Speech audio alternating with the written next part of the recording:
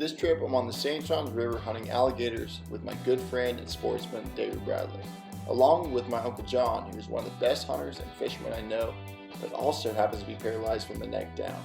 Some of my fondest memories growing up were listening to my uncle recount his favorite fishing and hunting stories. So I thought it'd be cool to have him break down our hunt step by step.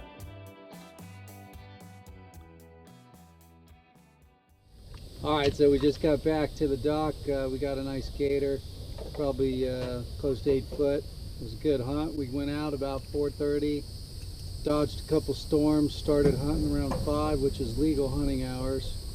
And weather kind of calmed out, storms went by, and we saw a couple gators out, and we saw one kind of pushing into the weeds, and we ran by him, dropped the bait out, and spooled out probably a couple hundred yards of line, and tried to tuck around the corner a little bit so we're out of sight. And we let the bait soak there for a little while, and then we started winding the bait. We like to wind the bait and kind of chug it a little bit, pop it a little bit, make a little splash, make some vibrations in the waters, and the gators really respond to that vibration. They can feel it in the water. They have sensors that they can tell, and sure enough, as soon as we started moving that, he turned and started going at it, and pretty much charged it, took it in his mouth and threw his head up, arched his back, threw his tail up in the air, and when you see them do that, then you know that they're swallowing it. They got a little flap in the back of their throat that they use when they open their mouth underwater. That flap shuts so that it keeps water from going inside their gut. And so basically when he swallows it, it goes past that. Of course, the bait doesn't have any hooks. We're not allowed to put hooks in the bait.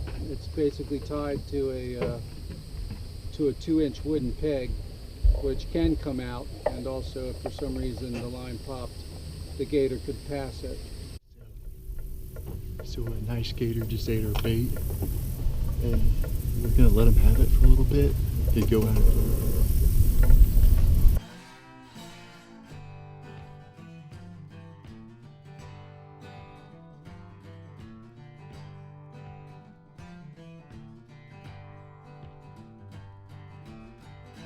We had one hitch where we put the harpoon in them, and the line didn't detach from the pole, and when that happens, the pole swings around and kind of leverage the harpoon tip out. Don't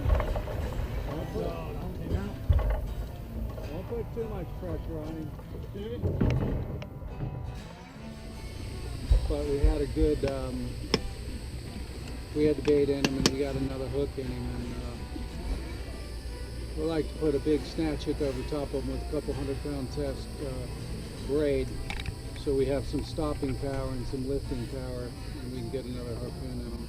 And then that was it. Got him up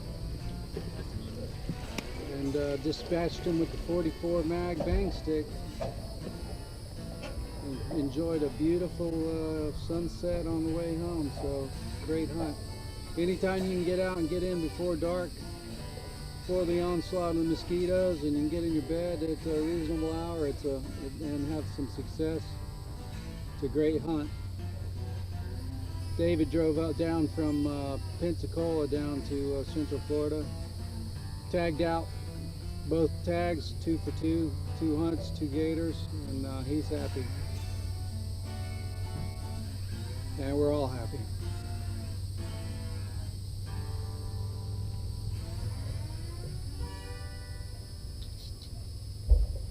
Cool, good.